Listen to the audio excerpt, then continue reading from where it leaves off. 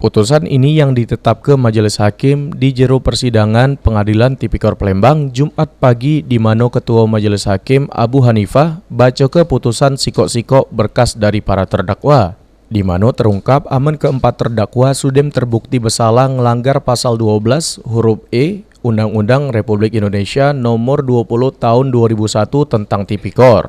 Untuk terdakwa Emen Hardianto, Kepala Bidang Kemetrologian dan Pengawasan pada Dinas Perdagangan Kota Palembang dihukum selama 4 tahun penjara, denda sebesar 200 juta rupiah dengan subsidiar 4 bulan penjara.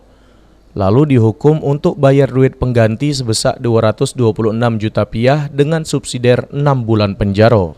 3 terdakwa lainnya, Tommy Ardiansyah, Afganis, sama terdakwa Hari Irawansyah selaku Kepala UPT Meteorologi Legal pada Dinas Perdagangan Koperasi dan UKM Kabupaten Banyuasin, dihukum masing-masing 5 tahun penjara, denda sebesar 200 juta rupiah dengan subsidiar 4 bulan penjara. Lalu ketiga terdakwa dihukum untuk bayar duit pengganti sebesar 113 juta rupiah dengan subsidiar 1 tahun penjara. Putusan ini ditetapkan Majelis Hakim berdasarkan pertimbangan pemeriksaan saksi, alat bukti selama proses persidangan berlangsung.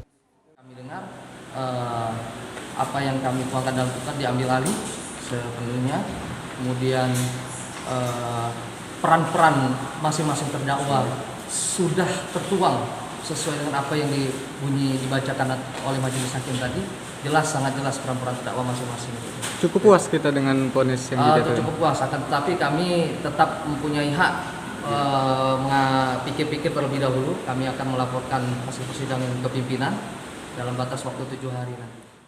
Terkait putusan ini, dari pihak kuasa hukum terdakwa Emen Hardianto ungkap ke bakal ambek langkah pikir-pikir karena harus berkoordinasi dukin sama terdakwa Emen untuk nentuke sikap selama 7 hari ke depan. Atas pasal tersebut yang ditetapkan oleh majelis, kami menyatakan pikir-pikir karena harus koordinasi dulu dengan klien kami apakah akan banding atau tidak. Memang vonisnya itu lebih ringan dari tuntutan jaksa.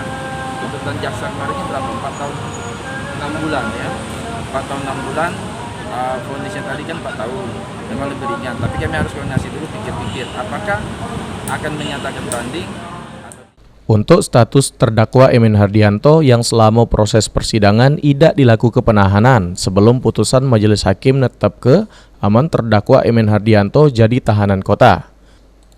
Dari hal ini, JPU nunggu waktu 7 hari untuk sikap terdakwa. Habis itu barulah bakal dilakukan eksekusi. Sri Febriandi, PAL TV.